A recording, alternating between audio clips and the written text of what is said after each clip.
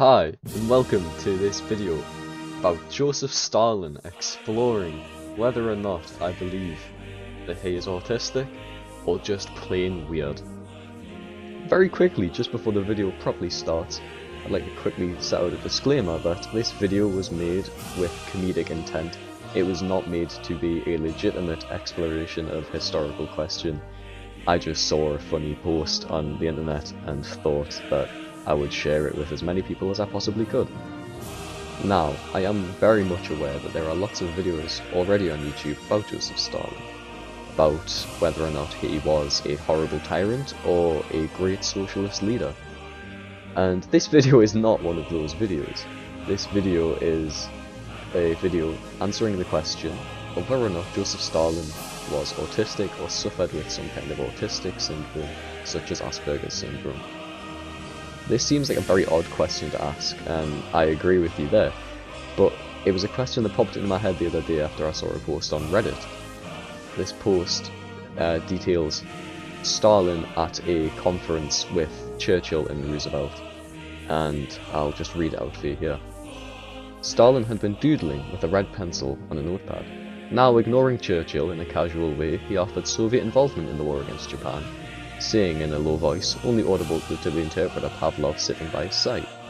Once Germany was finally defeated, it would then be possible to send the necessary reinforcements to Siberia, and then we shall be able to buy our common front to beat Japan.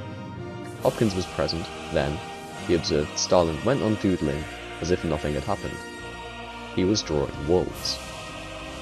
And this made me laugh quite a bit, and the post that I saw was somebody screenshotting this bit of text and tweeting it, and they just put, did historians ever consider that maybe Stalin was autistic? And I found that quite funny. I laughed at it and I kind of moved on, and then it sat in my brain for a little bit, and I checked back on the post a little bit later on, and I checked the comments, and it seemed that everyone else had took it just very plainly as a joke. But it kind of interested me in a strange way, and I decided that I wanted to find out for myself, at least if no one else, whether or not I think that Joseph Stalin was autistic. Now, after doing a little bit of research into this, one of the first things that I found was evidence of Stalin's demeanour. He seemed to speak very plainly, flatly, almost monotone, not expressing very much. And you may or may not be aware that is a thing with autistic people. A lot of times, a lot of autistic people have trouble with their tone of voice. Some people find it hard to change the way they speak and change their tone of voice when they're speaking because of autism.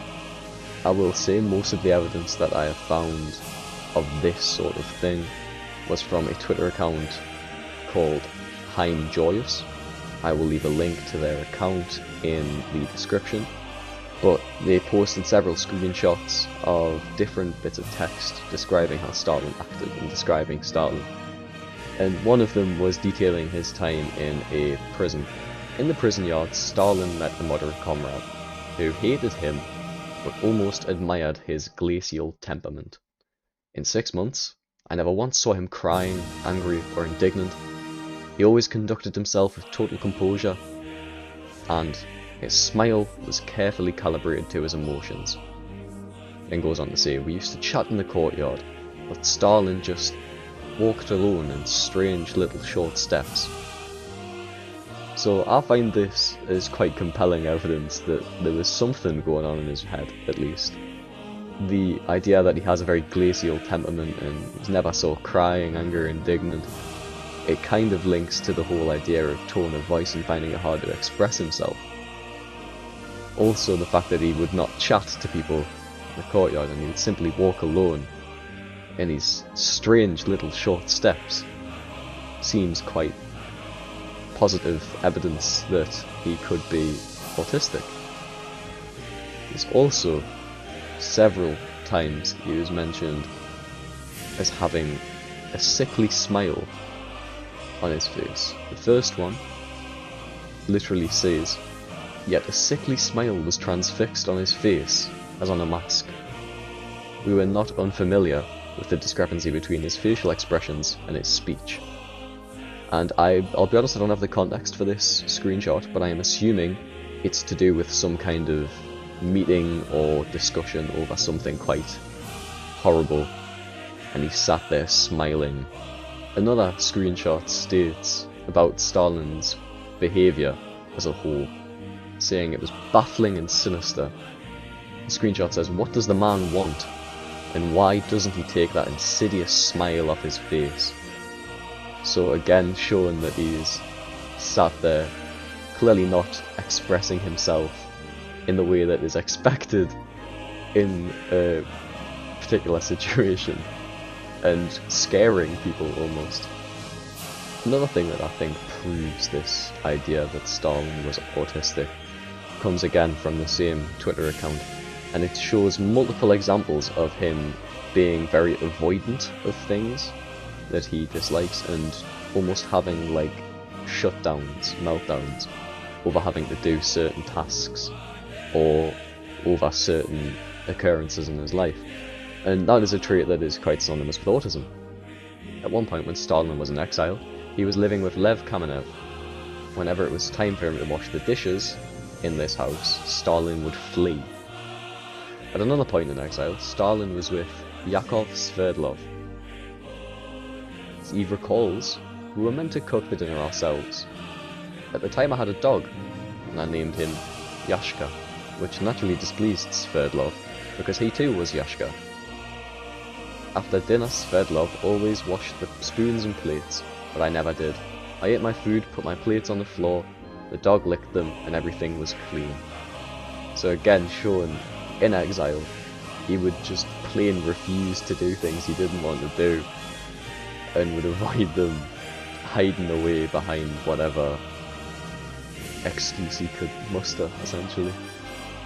Another piece of evidence is from when Stalin was within the Communist Party, and a high-ranking member, Pestakov, is a wonderful description of his boss.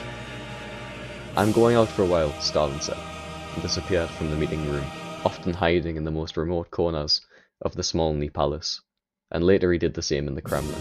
It was almost impossible to find him. We waited for him for a while, and then the meeting was usually adjourned. Later, we go on to see that to find Stalin was not an easy task. "I always had to wander around long corridors of the Smolny Palace or the Kremlin for a long time before I found him in an unexpected place. Twice I found Stalin in the sailor Vorontsov's quarters, lying on the sofa in the kitchen, smoking a pipe. When he was lying on the sofa in the kitchen, smoking his pipe, he must have been thinking about the unbearable debates, thinking about how to deal the greatest blow to the opposition." Again, these two things show him in places of power, yet whenever things seem to get tough, he shuts down and hides away from his responsibilities, which is a symptom of autism. This account has also posted a screenshot where it says that rudeness was a major physiological characteristic of Stalin. However, gradually he turned this physiological characteristic into a conscious tool.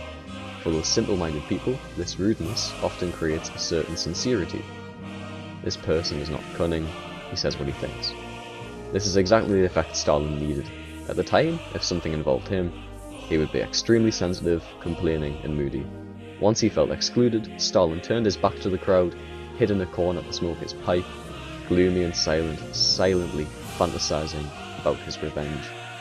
This shows a lot of signs of autism, not only with the idea that he shuts down when things get tough, but also with the fact that he's very blunt and rude. Sort of building off of this, there's lots of pieces of evidence that show Stalin as a very blunt speaker, but there are also pieces of evidence that show him as a poor speaker, and a very soft-spoken one at that. For example, here we see he's described as soft-spoken and a poor orator. Stalin's style was simple and clear, without flights of fancy, catchy phrases or platform histrionics. So this is something that's quite synonymous with autism. A lot of autistic people struggle a lot with speaking publicly specifically, but just speaking in general, and often take on kind of mild-mannered approaches to speaking, because if they don't, it comes off as blunt, cold and rude, like we see in the other pieces of evidence. There's also evidence here of Stalin not understanding the gravity of what he's saying. So, in 1923, Stalin had to write a letter to Lenin, apologizing for something that he had said to Lenin's wife.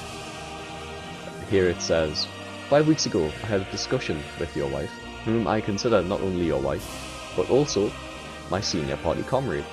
I told her on the telephone something very close to the following. The doctors have forbidden any political information to be given to Ilyich. They consider this routine the most effective method to cure him, whereas you are violating this routine. To play with the life of Ilyich is not allowed.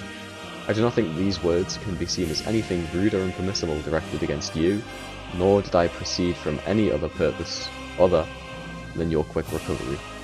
Moreover, I think it is my duty to say that this routine is maintained. My explanation to your wife confirms that there was nothing except a simple misunderstanding. If you think that to maintain the relationship I must take back the above mentioned words, then I can take them back. But I do not understand where is my fault and what exactly is wanted from me. So this again shows signs of autism, as he doesn't understand the speech that he's essentially given to Lenin's wife, saying, You're slowly killing Lenin by sharing political secrets with him. He needs to stay out of politics until he gets better. He's sat there and he's almost berating Lenin's wife and not understanding the gravity of that fact, particularly mentioned in the final paragraph, where he offers to take back his words because he values the relationship, but he doesn't understand his fault in it all. He doesn't understand that the way that he spoke to Lenin's wife is probably not the best way he could have handled that. So, I haven't been able to find a great deal more evidence other than the stuff I've already shown, but I did find 2 more screenshots that I would like to share with you. And again, not the best shows of Stalin being autistic, but I just think they're interesting. So the first one details Stalin's experience with his favourite film. The musical comedy Volga Volga, released in 1938, became Stalin's favourite film, and he would often show off how well he knew it by performing every part just before the act was on screen. So this kind of shows off that he's got a bit of a hyperfixation about this film, this comedy film, Volga Volga, and he really likes to obsess over it. He's obsessing so much that he knows better than anyone else what's happening on the screen before it even happens.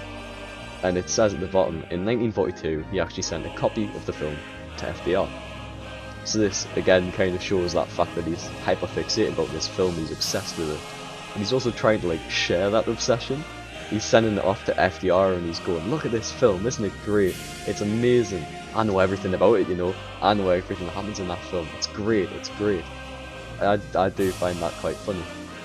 The next bit of evidence is something that, again, I don't think particularly shows Stalin being autistic in a great deal, but I found it making this video and I genuinely think it's quite funny. So it states, as a child, Stalin exhibited a number of idiosyncrasies.